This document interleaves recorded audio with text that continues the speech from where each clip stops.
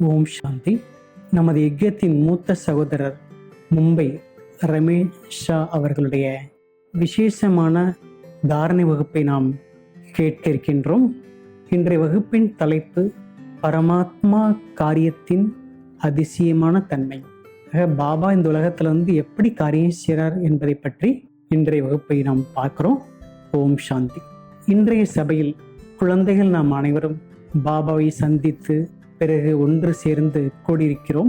இன்றைய சபையில நிறைய புது குழந்தைகள் பாபாவை சந்திப்பதற்காக மதுபன் வந்திருக்கீங்க. பரமாத்மாவுடைய சந்திப்பு இது வாழ்க்கையில மிகப்பெரிய பாக்கியமாகும். ஆக ஸ்ரீ பாபா பரமாத்மாவுடைய மகத்துவத்தை பார்க்கும்போது பாபாவை காட் என்று சொல்லப்படுகிறது. பரமாத்மா ஜெனரேட்டர், ஆபரேட்டர், டெஸ்ட்ராயர் என்று ஆங்கிலத்தில் சொல்லப்படுகிறது.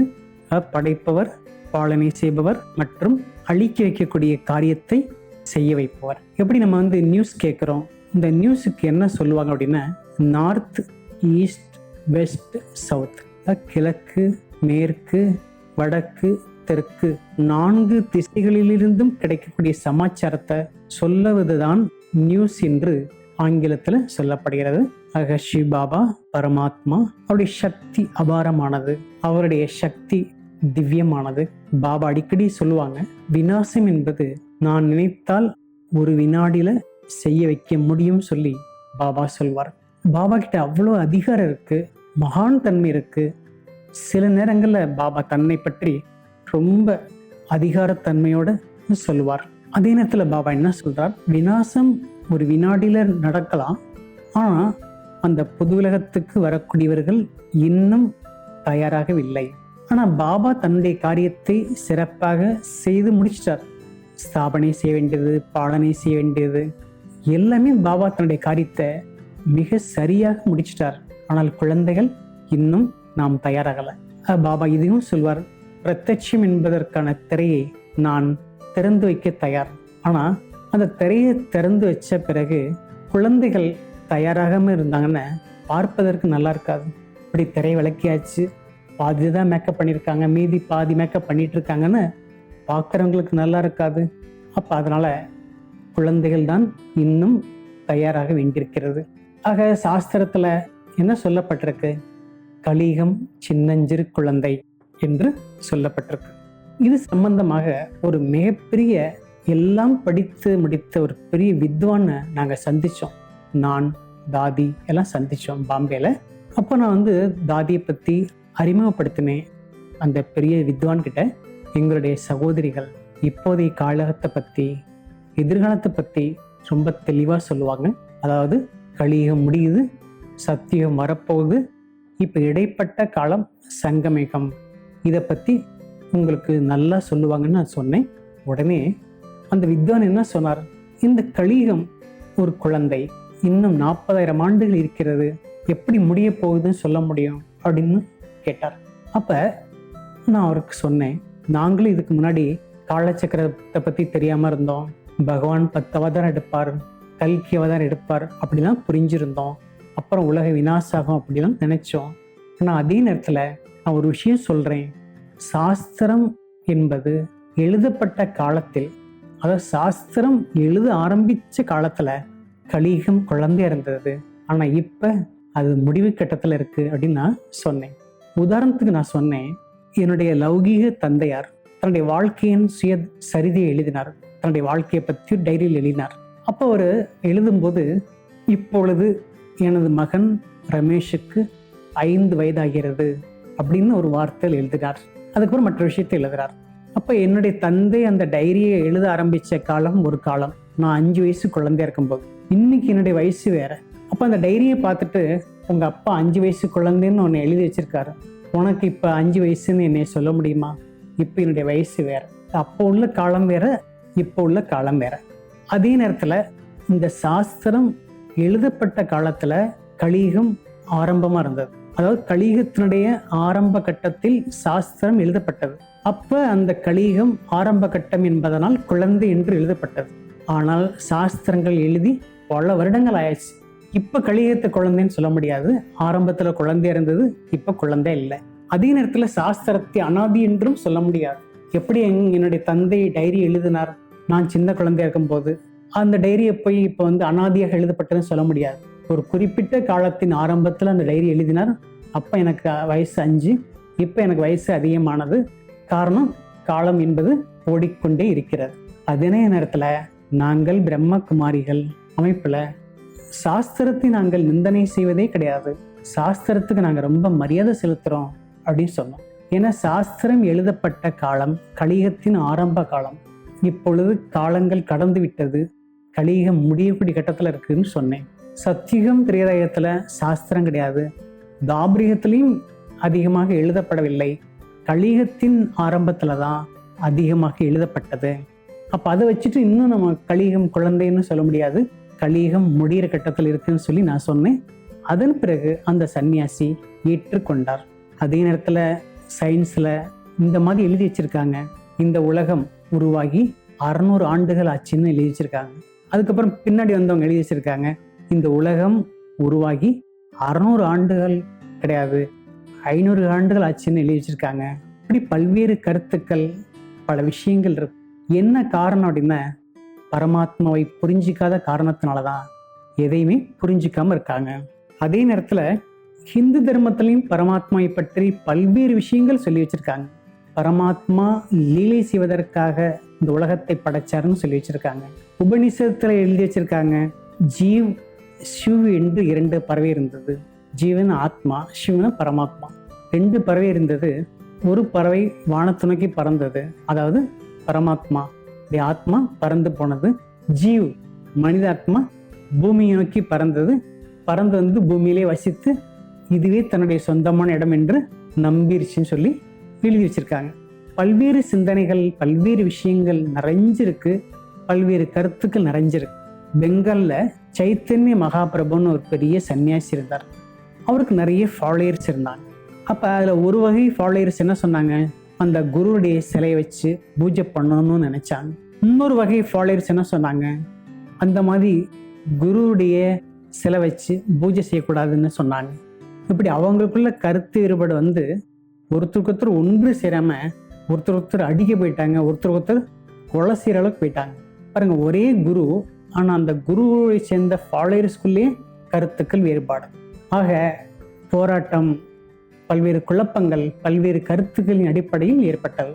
இதனால பல சண்டை சச்சரவு ஏற்பட்டது.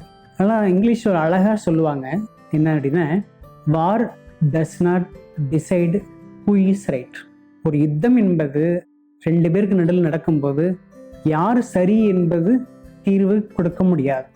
அடுத்தது என்ன சொல்லப்படுகிறது, it will be decide who will be left. இந்த யுத்தத்தில் மிச்சமாக இருக்க போகிறது யாரு, அதைத்தான் முடிவு பண்ணுமே தவிர வெற்றி அடைந்தது யாரு, தோல்வி அடைஞ்சது யாருங்கிறது யுத்தம் முடிவு செய்யறதில்லை.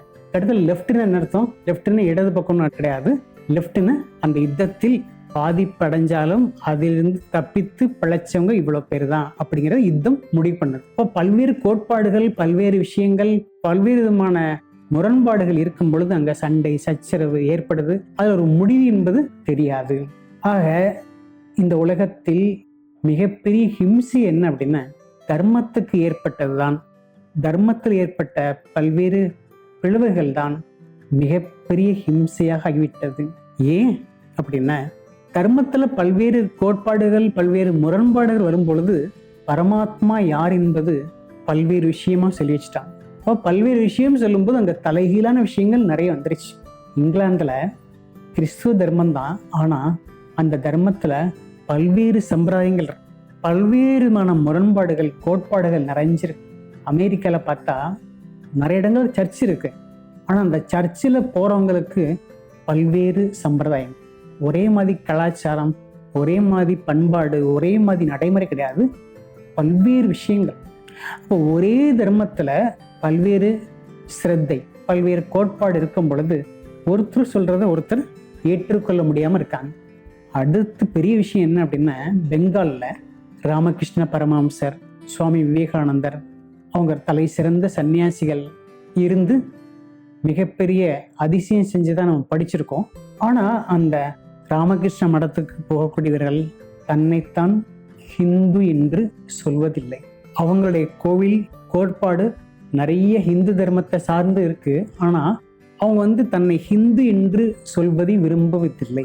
அதே நேரம் பார்த்தா அவங்க வந்து ஹைகோர்ட்ல போய் சொல்லியிருக்காங்க, நாங்க ஹிந்து இல்லை என்பதை நீங்க பிரகடனப்படுத்துங்கன்னு சொல்லியிருக்காங்க. பாருங்க, யோசிச்சு பாருங்க. அங்க சொல்ல முடியாதுன்னு சொன்னோன்னா சுப்ரீம் கோர்ட்டுக்கு போயிருக்காங்க, நாங்க ஹிந்து கிடையாது, நாங்க தனிப்பட்டவர்கள் என்று சொல்லுங்க அப்படின்னு சொல்லி அந்த சுப்ரீம் கோர்ட்ல போய் அப்ளை பண்ணியிருக்காங்க. இப்படி பல்வேறு விதமான முரண்பாடான விஷயங்கள் ஒரு தர்மத்தை சேர்ந்தவங்களுக்குள்ள அவ்வளவு ஒரு விரிசல், பண்பாடு, கலாச்சாரம், நடைமுறையில நிறைய வேறுபாடுகள் நிறைந்து விட்டது.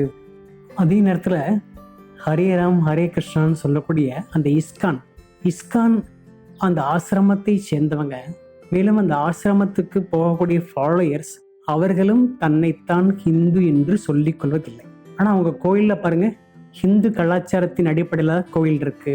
ஸ்ரீராமருக்கு கோயில் வச்சிருக்காங்க, ஸ்ரீ நாராயணனுக்கு கோயில் வச்சிருக்காங்க, ஸ்ரீ கிருஷ்ணனுக்கு கோயில் வச்சிருக்காங்க. அகமதாபாத்ல அக்ஷர்தாம் மந்திர் இருக்கு, டெல்லியிலே இருக்கு, சுவாமிநாராயண் டெம்பிள் அகமதாபாத்ல இருக்கு.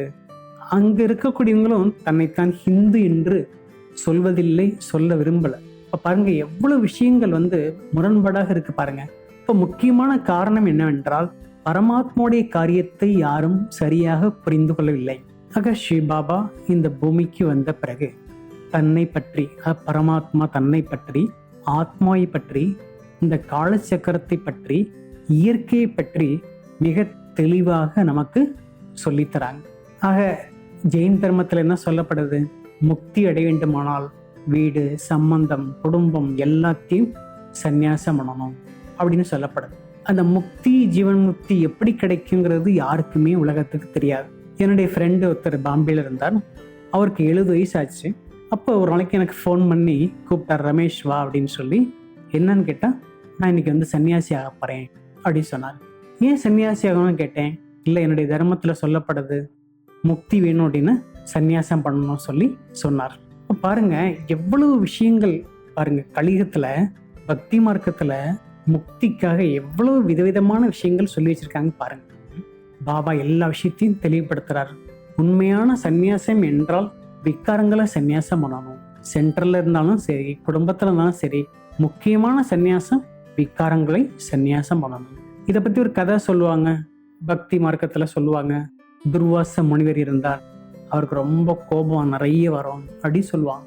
துரியோதன ஒரு நாளைக்கு அந்த துர்வாச முனிவரை வந்து பாண்டவர்கள் இருக்கிற இடத்துக்கு அனுப்பி வச்சார். அவங்க காட்டுல இருந்தாங்க தெரியும், மறைமுகமாக காட்டுக்கு அனுப்பி வச்சாங்க. அந்த காட்டுல இருந்த போது துர்வாசர் ஒரு நாளைக்கு போறார். அதுவும் சாப்பாட்டு வேலை முடிஞ்சோன்னா போறார். அவங்கள பரிசோதனை பண்றதுக்கு, சோதனை பண்றதுக்கு. எல்லாம் சாப்பிட்டு முடிச்சாச்சு. அந்த நேரம் வந்து துர்வாச முனிவர் போறார், சாப்பாடு வேணும்னு கேட்கிறார். திரௌபதிக்கு ரொம்ப சங்கடம், பகவான்கிட்ட முறையிடுறாங்க. அப்புறம் யுக்தியா சொல்றாங்க, நீங்க நதிக்கரையில போய் ஸ்நானம் பண்ணிட்டு வாங்க, அப்புறம் சாப்பாடு தரேன்னு சொன்னாங்க. அந்த துர்வாச முனிவர் தன்னுடைய சிஷ்யரோட சேர்ந்து நதிக்கரையில ஸ்நானம் பண்றாரு. அப்ப பகவானை ரொம்ப பிரார்த்தனை பண்றாங்க. அந்த நேரம் ஸ்ரீ கிருஷ்ணர் வர்றார். அவர் எனக்கு சாப்பாடுன்னு கேட்கிறாரு. அப்ப அவங்க வந்து பகவான்னு ஸ்ரீ கிருஷ்ணன் நினைக்கிறாங்க இல்லையா. அப்ப அவங்க சொன்னாங்க, நானே அந்த வந்த சன்னியாசிக்கு சாப்பாடு கொடுக்க முடியலன்னு வருத்தத்துல இருக்கேன், நீங்களும் சாப்பாடு கேட்குறீங்களேன்னு சொல்லி ஸ்ரீ கிருஷ்ணர்கிட்ட கேட்குறாங்க. இல்லை இருக்கு, அந்த பாத்திரத்தை இருக்கு அப்படிங்கிறாங்க. அப்ப அந்த பாத்திரத்தை எடுத்து பார்த்தா அந்த பாத்திரத்துல ஓரத்துல ஒரே ஒரு சாதத்தினுடைய பருக்கை ஒட்டிட்டு இருந்தது. உடனே அதை கிருஷ்ணர் சாப்பிட்றாரு. சாப்பிட்டோன்னா அப்படியே அவருக்கு ரொம்ப நிறைஞ்சிருச்சு. இவருக்கு வயிறு ரொம்ப நிறைஞ்ச உடனே அந்த சன்னியாசிகளுக்கும் வயிறு ரொம்ப நிறைஞ்சு போச்சு. இப்ப சாப்பிட வேண்டாம், வயிறு நிறைஞ்சு போச்சு சொல்லி திரும்பிடுறாங்க. இந்த மாதிரி சோதனை பண்றதுக்கான ஒரு கதை மாதிரி காமிச்சிருக்காங்க. அப்ப அந்த துர்வாச முனிவர் நிறைய சந்நியாசம் பண்ணிட்டாரு, ஆனா கோபத்தை சந்நியாசம் பண்ணல. இப்ப பாபா நமக்கு சொல்லக்கூடிய ரொம்ப தெளிவான சந்நியாசம் இது, விக்காரங்களை சந்நியாசம் செய்ய வேண்டும். அப்ப இந்த ஹிந்து தர்மத்தை பத்தி இப்படி நிறைய விஷயங்கள் வருது. அப்ப இந்த ஹிந்து தர்மம் என்றால் என்ன, இதுவும் பாபா நமக்கு தெளிவுபடுத்துறார். ஹிந்து என்பது ஒரு தர்மம் கிடையாது. தேவாத்மாக்கள் கீழே இறங்கி வந்தோன்னு ஹிந்து என்று தன்னை சொல்றாங்க. அப்ப ஹிந்து என்பதற்கான விளக்கம் என்னன்னு நான் படிச்சு பார்த்தேன். இமயமலை அடிவாரத்துல ஹிந்து சரோவர் என்ற ஒரு ஏரி இருக்கு, ரொம்ப பழமையானது. அந்த அடிப்படையில தான் ஹிந்து என்ற தர்மத்துக்கு பெயர் வைக்கப்பட்டது. அடுத்து பாரத் என்றால் என்ன, பரத் மகாராஜா இருந்தார், அதனாலதான் பாரதம் என்ற பெயர் வைக்கப்பட்டதுன்னு எழுதி வச்சிருக்காங்க. ஆனா நான் என்ன நினைக்கிறேன், ஸ்வயம் பகவான் இந்த பூமியில வந்து பர்பூர், பரத் பர்பூர் இந்த பாரத தேசத்தை எல்லா வகையிலும் நிறைஞ்சதாக்குறார். 16 கலைகள் நிறைந்து, சர்வ குணங்களும் நிறைந்து, எல்லா பொக்கிஷமும் நிறைந்த தேசமாக்குறார். அதன் காரணமாக தான் பாரதம் என்ற பெயர் வைக்கப்பட்டிருக்கிறது. ஆக சாது சன்னியாசியினுடைய மிகப்பெரிய ஒரு மாநாடு ஓம் சாந்தி பவன்ல நடந்தது. அப்ப ஒரு பெரிய சன்னியாசி மேடையில பேச ஆரம்பிச்சார். அவர் பேசும்போது, இங்கு பரமாத்மா பெண்களை முன்வைத்து காரியம் செய்வதாக நான் அறிந்தேன், ரொம்ப பெருமையா இருக்கு அப்படின்னு சொன்னார். முதல்ல நம்மளை பத்தி ரொம்ப அவதூறா பேசிட்டு இருந்தார் அந்த சன்னியாசி. மவுண்ட் அபு வந்து நிகழ்ச்சியில கலந்த பிறகு அவர் நம்முடைய பெருமையை பத்தி ரொம்ப நல்லா சொல்ல ஆரம்பிச்சார். ஆண்களும் பெண்களும் சம உரிமை உடையவர்கள் என்பதை இங்கு நான் பார்க்கிறேன். பெண்கள் தான் நரகத்துக்கு காரணம் என்று சொல்லப்பட்டது. ஆனா அதே பெண்கள் சொர்க்கத்தை உருவாக்குவதற்கு முக்கியமான காரணம் என்று இங்கு ஸ்வயம் பகவானே வந்து காரியத்தை செய்ய வைக்கிறார். பெண்கள் மாயை, செல்வம் மாயை என்று படிச்சிருக்கோம். ஆனா செல்வமோ பெண்களோ மாயா கிடையாது. மாயா என்பது வேறு என்பது அவர் தெளிவாக சொன்னார். ஆக பிரம்மா பாபாவும் சரி, சிவபாபாவும் சரி, தாய்மார்கள் கன்னியாக்களுக்கு ரொம்ப மரியாதை செலுத்தினாங்க. சிவபாபா, பிரம்மா பாபா சரீரத்துல பிரவேசமானார். நிறைய பேருக்கு இந்த விஷயம் தெரியாது. ஒரு கட்டத்துல வந்து பிரம்மா காரியம் செய்கிறாரா, சிவபாபா காரியம் செய்கிறாரா அப்படின்னு நிறைய ஒரு கேள்வி என்பது ஏற்பட்டது. ஆனா அந்த ஆரம்ப கட்டத்துல சிவபாபா புஷ்பமணி தாதி, அதாவது ரொம்ப மனநிலை வந்து ரொம்ப பலகீனமானவங்க தான். ஆனா அவங்களுடைய சரீரத்துல சிவபாபா சுமார் 15 நாள் பிரவேசமானாங்க. எதுக்காக அப்படின்னா, சிவபாபா நான் தான் காரியம் செய்கிறேன், பிரம்மா வந்து ஒரு கருவியா இருக்காருன்னு ஒரு தெளிவுபடுத்துறதுக்காக சிவபாபா தற்காலிகமா ஒரு 15 நாள் புஷ்பமணி தாதி சரீரத்துல பிரவேசமாகி நிறைய விஷயத்தை தெளிவுபடுத்தினாங்க. ஆக பாபாவுடைய காரியம், பாபாவுடைய தன்மை, பாபாவுடைய குணாதிசயம் என்ன என்பது ஆரம்பத்துல குழந்தைகளுக்கு கூட புரியாம தான் இருந்தது. அதுக்கப்புறம் தான் நிறைய தெளிவு என்பது ஏற்பட்டது. ஆக முதல்ல பிரம்மா பாபாவுக்கு சாட்சாத்காரம் கிடைச்சது நதிக்கரையில, பனாரஸ் நதிக்கரையில இருக்கும்போது விதமான காட்சி கிடைச்சது. முதல்ல கலியுகத்தினுடைய அழிவு காட்சி, ரத்த ஆறு ஓடக்கூடிய காட்சியெல்லாம் கிடைச்சது. அதை கண்டு பாபா ரொம்ப மனம் வருந்தினார். ரொம்ப ஆச்சரியமா அதிர்ச்சியா இருந்தது. அதுக்கப்புறம் பாபாவுக்கு காட்சி கிடைச்சது. வானத்திலிருந்து நட்சத்திரங்கள் பூமியில் இறங்கி தெய்வாத்மாக்களாக உருவானாங்க. சத்தியுக ராஜ்யம் தயாரானது. அந்த மாதிரி ஒரு காட்சியெல்லாம் கிடைச்சது. பாபாவுக்கு ரொம்ப மகிழ்ச்சி. ஆனா பாபா கூட கொஞ்சம் தயங்கினார். இவ்வளவு பெரிய காரியத்துக்கு நிமித்தமாகணும் சொல்லி சிவபாபாவுடைய அசரீரி வாக்கியம் கேட்டது. பாபா ரொம்ப தயக்கமானார். என்னால் எப்படி முடியும், எனக்கு அந்த அளவுக்கு தகுதி இல்லையே சொல்லி பாபா நினைச்சார். அதன் பிறகு பாபாவுடைய மனம் பக்குவம் அடைந்தது. முதல்ல பாபா யசோதா பவன்ல தன்னுடைய வீட்டுல ஓம் மண்டலிங்கிற பேர்ல 10க்கு 10 ரூம் சைஸ்ல தான் அந்த இடத்துல பாபா வரக்கூடியவங்களுக்கு வந்து திருஷ்டி கொடுத்து ஞானத்தினுடைய விஷயத்த சொன்னார். அப்புறம் குழந்தைகள் கொஞ்சம் அதிகமானாங்க. இன்னொரு ரூமுக்கு இடையில உள்ள சுவரை எடுத்துட்டு பெருசாக்கினார். 20க்கு 10 சைஸ்ல ஒரு பெரிய ரூம் கிடைச்சது. அதுக்கப்புறம் குழந்தைகள் இன்னும் அதிகமா வந்தாங்க. இன்னொரு சுவரை எடுத்துட்டு 30க்கு 10 சைஸ்ல பாபா வரக்கூடியவங்களை சந்திச்சார், ஞானத்தை சொன்னார். அதுக்கப்புறமும் குழந்தைகள் எண்ணிக்கை அதிகமானதுனால பாபா தன்னுடைய வீட்டினுடைய காம்பவுண்ட்ல வச்சு குழந்தைகளை சந்திப்பு செய்தார், ஞானத்தினுடைய விஷயத்த சொன்னார். பிரகாஷ்மணி தாதி முதல்ல பாபாவுடைய யஜ்யத்துக்கு வந்த போது பாபா தன்னுடைய வீட்டினுடைய காம்பவுண்ட்ல இருந்துதான் சந்திப்பு செய்தார். பாபா பார்த்த உடனே ஸ்ரீ கிருஷ்ணனுடைய காட்சி என்பது கிடைச்சது. இப்படி படிப்படியா பாபாவுடைய யஜ்யம் வளர்ச்சி அடைந்தது. அதை நம்ம இப்ப பார்த்துட்டு இருக்கோம்.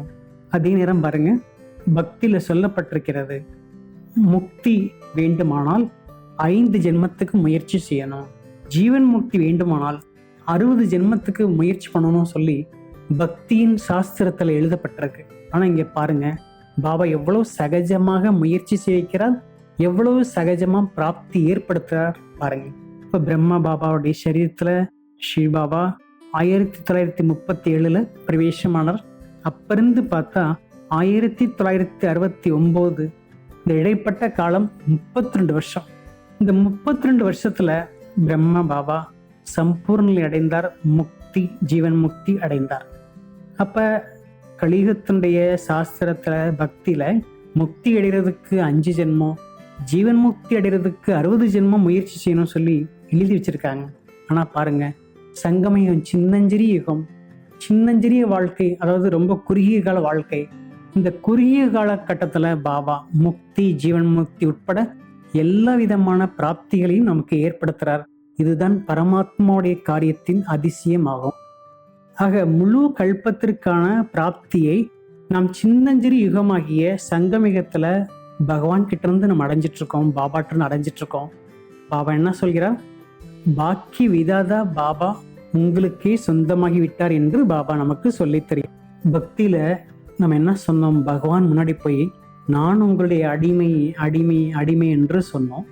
இங்கு நாம் பாபா முன்னாடி வந்து குழந்தைகள் என்று நம்ம சொல்கிறோம். எவ்வளவு மாற்றம் ஏற்பட்டிருக்கு பாருங்க.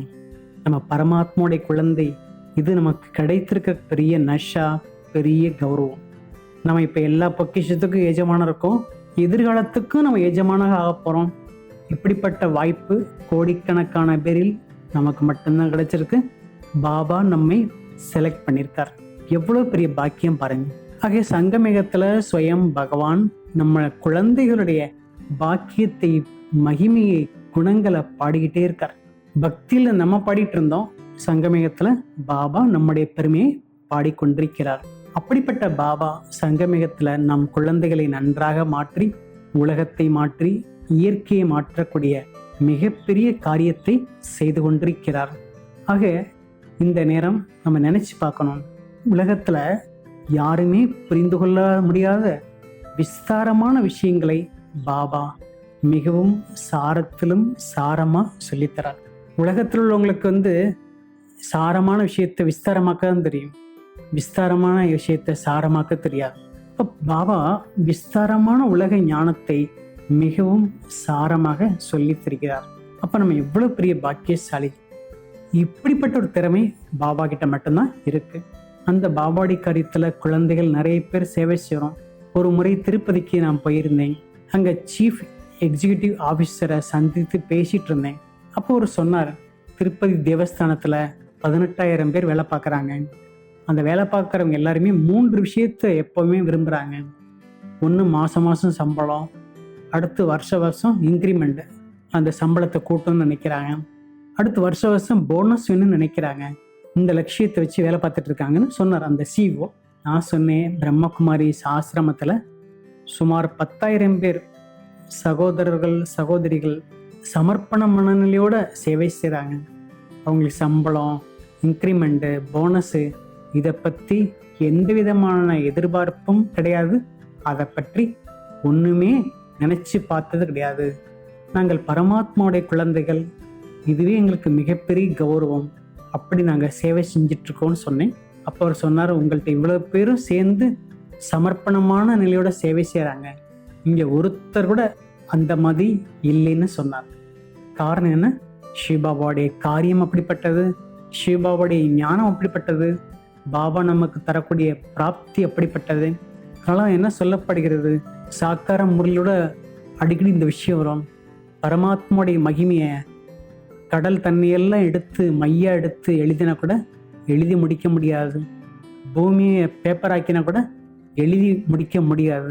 அப்படிப்பட்ட பரமாத்மாவுடைய மகிமை, பரமாத்மாவுடைய காரியம் திவ்யமானது, சக்தி வாய்ந்தது, நம்மை மாற்றக்கூடியது, உலகத்தை மாற்றக்கூடியது, நமக்கு பல ஜென்மத்திற்கான பிராப்திகளை தரக்கூடியது. அப்படிப்பட்ட பாபாவுடைய குழந்தைகள் என்ற பெருமையில நம்ம எப்பவுமே இருக்கணும். சங்கமயத்தில் நமக்கு கிடைக்கப்பட்ட இந்த வாய்ப்பை பயன்படுத்தி முக்தி, ஜீவன் முக்தி அடைவதற்கான முயற்சியில் முன்னேறி செல்ல வேண்டும். ஆக பரமாத்மாவுடைய காரியம் அதிசயமானது, அபாரமானது, திவ்யமானது மற்றும் சக்தி வாய்ந்தது. ஓம் சாந்தி.